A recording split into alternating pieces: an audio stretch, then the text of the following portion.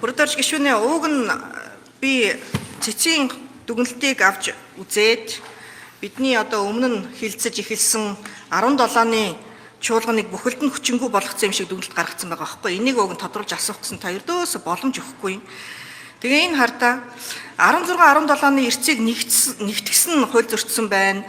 Эрцэнд орчхоод саналаа өгөөгүй хүмүүсийн санал нь бол одоо үндсэн хууль зөрчсөн байна гэдэг асуудлыг үндсэн хуулийн цэц дүгнсэн учраас бид нар одоо яаж чуулганд оролцохооч одоо мэдэхгүй юм сонин нөхцөл байдалд орчод байгаа байхгүй юу. Бусад арчилсан улсад эрцэд орсон санал өгөөгүй гишүүний эсрэг санал өгсөн тооцдог практик тогтоогдоогүй байна гэд арчилсан улс мөн ч юм уу биш ч юм уу юм дүгнэлтийг үндсэн хуулийн цэц өгчөөд байгаа учраас одоо энэ санал хураалт дээр эрцэндээ орчоод гараа явцсан гишүүд үндсэн хуулиа зөрчсөн ийм одоо асуудал дэгдээд байгаа байхгүй юу. Тэгэхээр энийг одоо яаж одоо зохицуулах ёстой юм бэ? Энийг ердөөсөө ойлгохгүй байгаа дээ. Уг нь даргын дэргэдэх зөвлөл энийг ярмаар байгаа байхгүй юу. Дэгээ бид нар аливаа асуудлыг хилцэхээс өмнө бид нар дэгийн энэ асуудлуудаа тодорхой болгомоор байна. Эрцэндээ орчхоод гарсан хүмүүсийг яах юм? Тэгээд даргын дэргэдэх зөвлөлийн гишүүд энийг тодорхой болгохгүй бол бид өнөөдөр гараад явж байгаа хүмүүс үндсэн хууль зөрчин тооцогдоод байна шүү дээ. Тэгээд та нарын одоо энэ их баярыг сайдаар томилох асуудал чинь нэг байдсан байгаа биз. Энэ үндсэн хуулийн зарчим тэнд үндсэн хуулиараа олгогдсон бүрэн эрхийг хэрэгжүүлэх юм уу үгүй юм уу энэ гишүүд чинь чуулган хүчинтэй байх юм уу үгүй юм уу гэдгийг ярьдаггүй юм уу?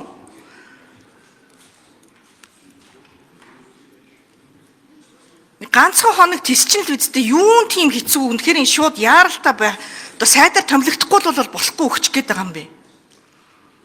Үндсэн хуулийн цэцээр дүгнэгдсэн байгаа энэ асуудлыг одоо саналаа бид нар яаж өгөх юм бэ? 17-ны чуулган ер нь бүхэлдээ хүчинтэй мүү хүчингүй мүү гэдгийг ярьж иж энэ асуудлуудаа хэлэлцэхгүй мүү?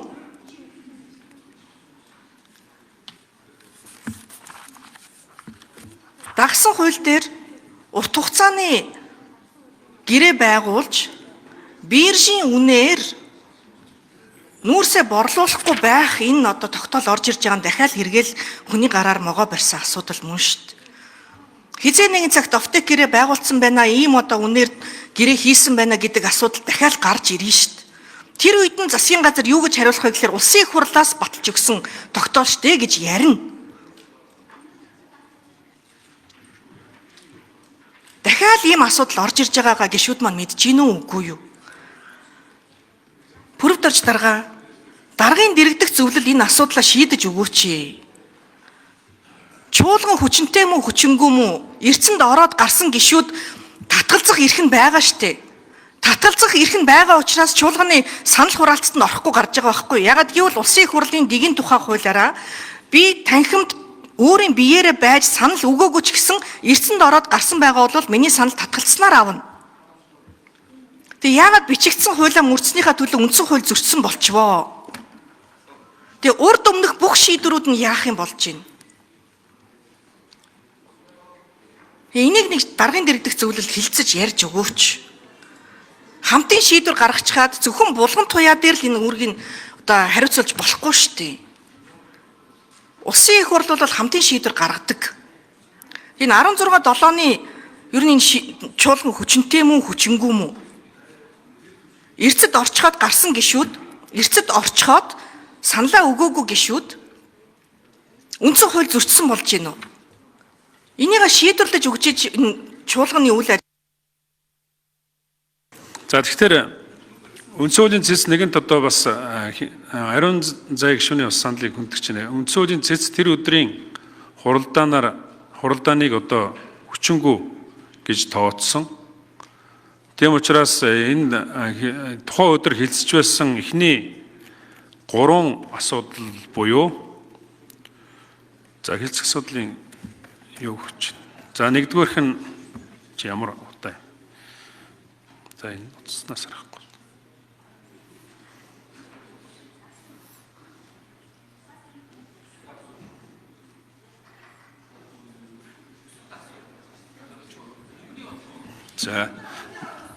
За мөнгөний бодлого энэ төр бол айлгдын батлагтаад явцсан. Гэхдээ тэрнийг бид нар дахиж тэр өдөр болсон юм. Тийм учраас тэрийг дахиж даргын зөвлөлөөр бас хилцэж буцааж оруулж ярилцах асуудалд гарч ирнэ гэсэн үг. Тэгэхээр ер нь бол энэ Эхний 3 асуудал буюу Монгол Улсын 2026 оны төсвийн тухай хуулийн төсөлтэй хамт өргөн мэдүүлсэн хууль, Монгол Улсын 2 дахь асуудал буюу 2026 оны төсвийн хүрээний мэдээлэл 2027-оос 28 оны төсвийн төсөөлийн тухай хуульд өөрчлөлт оруулах тухай хуулийн төсөл зэрэг энэ асуудлууд бол тухайн өдөр хилцэгдэж явж байсан. Тийм учраас энэ үндсэн хуулийн төсвийн дүгнэлт гарсантай холбоотойгоор энэ өдөр хилцэгдсэн өөрөлдөө завсарлага аваад явж байгаа гэдэг чинь бас хилцэгдсэн гэсэн үг. Тэгэхээр энэ асуудал чинь бүгдээрээ энэ цэцгийн дүгнэлтээр тухайн өдрийн хуралдаан хүчингүй гэж тооцогдсон учраас энэ асуудлыг ариун зай гишүүний саналын дагуу даргын зөвлөлөөр дахин хилцэж оруулж ирэх ийм асуудлыг ярина. Тийм учраас эхний 3 асуудлуудыг хойшлуулъя гэсэн горимын санал гаргаж байна. Даргын зөвлөлөөр хилцэх. Би бас бүрдүүлж дарахтай адилхан саналтай юм а. Энэ асуудлыг даргын нэргийн зөвлөлөөр хилцээд дахин дээр санал хураалтуудыг хийгээд шаардлагатай бол одоо энэ асуудлыг шийдэх нэг удаагийн дэгээ гаргаж ирэх ёстой. Ерөнхий сайдыг огцруулах эсэх асуудал дээр гарсан тогтоолыг хилцэхдээ цэц маш том зарчмын шинжтэй санал өгөх болон эцэстэй холбоотойгоор маш том зарчим тогтоочлоо. Энэ асуудлыг бид нэр эцлэн шийдэхгүйгээр дараагийн улсын хурлын бүх үйл ажиллагаа явахгүй болчлоо. Өөрөөр хэлэх юм бол хэдийгээр тэр тогтоол үндсэн хууль нийцээг өгдөг байгаа боловч зарчмын хувьд ерөн танхимд одоо сууж саналаа өгөөгүй энэ эрдэнэт ч юм уу санал өгсөн тооцохгүй шүү гэж нийтлэг байдлаар тогтоочж байгаа байхгүй. Тэгэхээр бид энэ асуудлыг цаашдаа шийдэх ёстой маа. Хоёрдугаарч ерөнхийлөгчийн хориг бас энэ асуудлыг тавьсан. Бүхэл бүтэн хоёр институт нь энэ эрсцгүү чуулган болсон шүү гэдэг зүйлийг хилээд байхад бидэд ингэж урагшилж болохгүй. Тэгэхээр дэгийн үйл энтрээ янзлаад энэ асуудлаа шийдэх ёстой. Хоёрдугаар би Жэнко иргшүүнтэй яг саналыг байна. Төсөв чухлаа. Харин үндсэн хуулийн цэцгийн одоо дүгнэлтээр тогтоогдсныг асуудлыг зөрчиж бид нар төсвөө хилцүүл энэ төсөв чинь бүр одоо цаашдаа маш ноцтой үр дагавар төрнэ. Тийм учраас бүжээ даргын гаргаж байгаа энэ саналыг гишүүд дэмжиж одоо байнгын орооны дарга нар гэс ороод энэ асуудлуудаа шийдээд өнөөдөртөө хамаагүй сунж хуралдаач хамаагүй энэ асуудлуудаа жоохон мухарлаад явъя. Тэгээд дэгийн тухай хууль байгаа. Нам эвслийн бүлэг энэ хуулийн 6-гийн 6 заасан нэгдсэн хуралдаанд хилцүүлэхээр тогтсон асуудлыг хойшлуулах, дараалал өөрчлөх, асуудал нэмэх гормын санал гаргах бол улсын хурлын даргад нэгдсэн хуралдааны өмнөх өдрийн 17 цагаас өмнө үндслээ тодорхой бичиж өгнө гэсэн. Сая ийм үндслэл гараагүй байж хат Б-инквер сайдыг хууль зүйн дотоод иргэн сайдаар танилцах асуудлыг шууд хаанаас ч юмгээ гаргаад явчлаа. Бид дээрээс алхам тутамдаа юм байна. Тэгээ би бол пүүжээ даргаагаа хайрлаж байгаа учраас та битийн нэг өдөр ингэ сунгуудаа дэг зөрчөө цаашаа явчаасаа. Би бас яг таныг дэг сахиулах байгаа энэ туйлын хүсэл зориг чинь дэмжиж байгаа шүү даргаа. Тэгээд та яаралтай энэ хуралдааныг хойшлуулаад аргын зэргийн зөвлөлийг одоо хуралдуулж энэ асуудлыг шийдээд нэг удаагийн дэгээ батлах уу. Тэгээд энийгээ дагаад улсын хурлын чуулганы хуралдаанд дэгийн үеийн аль заалтыг яаралтай засч өөрчлөх юм. Энийгээ шийдээд урагшлая гэдэг одоо ийм таны гаргаж байгаа саналыг дэмжиж гин гэдгийг хэлье. За 10 ер нь бол энэ асуудлыг хасах гормын санал гаргахаар бол 17 цагаас өмнө гарах юм байна. Нэгдүгээрт, хоёрдугаарт энэ дэгийн цэцгийн шийдвэр бол одоо энэ цэцэд оролцсон хүмүүстээр л гарт нь багшгүй нь улсын хурлын гишүүдэд ирээгүй байна. Тийм учраас цэцгийн шийдвэр дээр бид нар тэр өдрийн чуулганы хуралдааныг хүчинтэй тооцсон, хүчингү тооцсон гэдэг энэ одоо шийдвэр бид нар мэдэхгүй байна. Тийм учраас цэцгийн шийдвэр албан ёсоор ирсний дараагаар гишүүд танилцуулсны дараагаар бид нар одоо энэ тэр өдрийн хуралдаан 16-17-ны хуралдаан хүчинтэй хэсгийг ярилцсан. Улсын төсөв батлах нь улсын хурлын онцгой бүрэн эрх бөгөөд бүрэн бас хариуцлагатай ийм үүрэг ажил. Энийг ямар нэгэн асуудалтай хольж, тайлбарлаж, хойшлуулах ийм санал байж болохгүй, буюу зогсохгүй. Хоёрдугаарт их хурл хэлцэх асуудлаа баталсан. Энэ хүрээнд их хурлыг удирдах байгаа дэд даргата дэг сахиулах ёстой. Цэцгийн асуудал дээд хуралдаанаараа эцсийн шийдээ гаргасан. Цэцгийн шийдвэрийг энд хэн нэгэн тайлбарлах эрхгүй. Ингээд хуралдаанаа явуулаад нийгмийн эдийн засгийн тулгамдсан олон асуудал байна. Төсвийн батлах асуудлуудаа үндсэн үүргээ бид их хурл биелүүлэх ёстой. Энэ бидний нэг талаа хариуцлагын асуудал, нөгөө талаар онцгой бүрэн эрхийн асуудал. Үндсэн хууль заасан төсвийн асуудал. Төсөв ямар нэгэн саадгүйгээр урагшлах учиртай. Өнөөдөр энэ хилцүүлэг бас ингээ хожим юм уу? Бид эдийн цэцгийн дүгэлт энэ байна л та. Одоо ингээ мэдэн бодлох хэрэгсээ ирэхгүй. Хүчингү болчихгүй дээ л гэдэг хамгийн том үр дагавар байгаад байна. Тэгээ сая хурал дараалагч маань уг нь асуудлыг ойлгоод явсан. Энд эндээс уцтаад хэцүү болгож байгаа шиг байна. Ингэж бие биенийхээ үйл ажиллагаанд хурал дараалагчийн хүртэл бүрийн ирэхэд одоо бас ингэж халдмааргүй байна. Тэгээ өөрөө л одоо сүүлдээ үндсэн үйл зөрчсөн асуудалд орчих үедээ одоо би энд л одоо харамсаад байгаа. За дагж байгаа хуулиуд бол маш ноцтой юмнууд байгаа. Инх 2 сайда та хүн даапаалах хэрэггүй. Танд бол үнэхээр нэг амар дутагдaltaй зам байт юм байна. Өөрийгөө бүр ингээд төрд 20 жил явцсан энэ заалны хаан бурхан гэж бодсон юм байна. Та тэгвэл цаашаа хараа суугаад өөдөөс ингээ хүмүүсийг битээ даапаалдах уу? За хилцэх асуудалтай холбоотой яриараа. За харин тий. Ийм зүйл байна. Тэгээ Пүүжэ дарга хаамааргүй байна. За. үндсэн үйл зөрчлөө.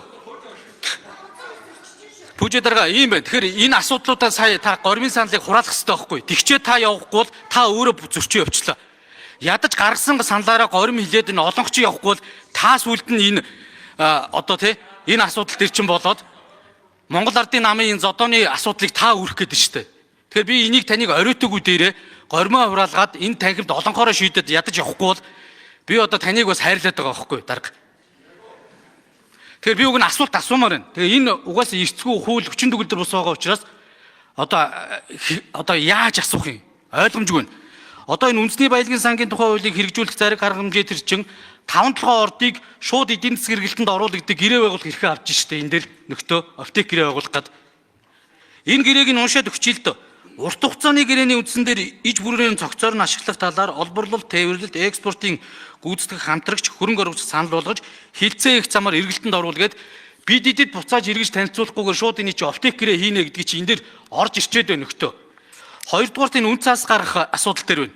1 тэрбум долларыг гадаа зах зээл дээр гаргана гэж байгаа. Ямар зориултэр гэж өрийг дахин удирдах зориултэр. За дотоодын бондыг зөвхөн төсвийн орлогыг нөхөх зориулгаар гаргана гэж байна. Энэ асуудлууд дээр чинь бодиттой хариулт аммаар шүү дээ. Энэ дэг зөрчөө хурлаарч явахаар сүүлдээ энэ асуудлыг чи үр дагаврыг хэн хариуцах юм бэ? Тэгэхээр пүүжэ дарга та яг ярьснараа саналаа ураахгүй бол өөрөө үндсэн үйл зөрчлөө. Ингэж одоо хурал даргалагч эрхийг хэрэгжүүлснээрээ та Монгол Ардын намын золиос боллоо. Энэ одоо заван юмны чинь золиос нь Ардсан намын дид дарга байж болохгүй шүү дээ. Ардсан намаа сонгогчдод байгаа дид дарга маань байж болохгүй. Тийм учраас пүүжэ дарга ядаж саналаа ураагаа та урагшлахгүй бол дарга хэцүү шүү. Сүүлд нь тэгээд эднүр таныг хамгаалахгүй шүү дээ. За би нэг зүйлийг сануулъя. Тухайн өдрийн өмнөх 17 цагаас өмнө одоо хилцэх асуудлыг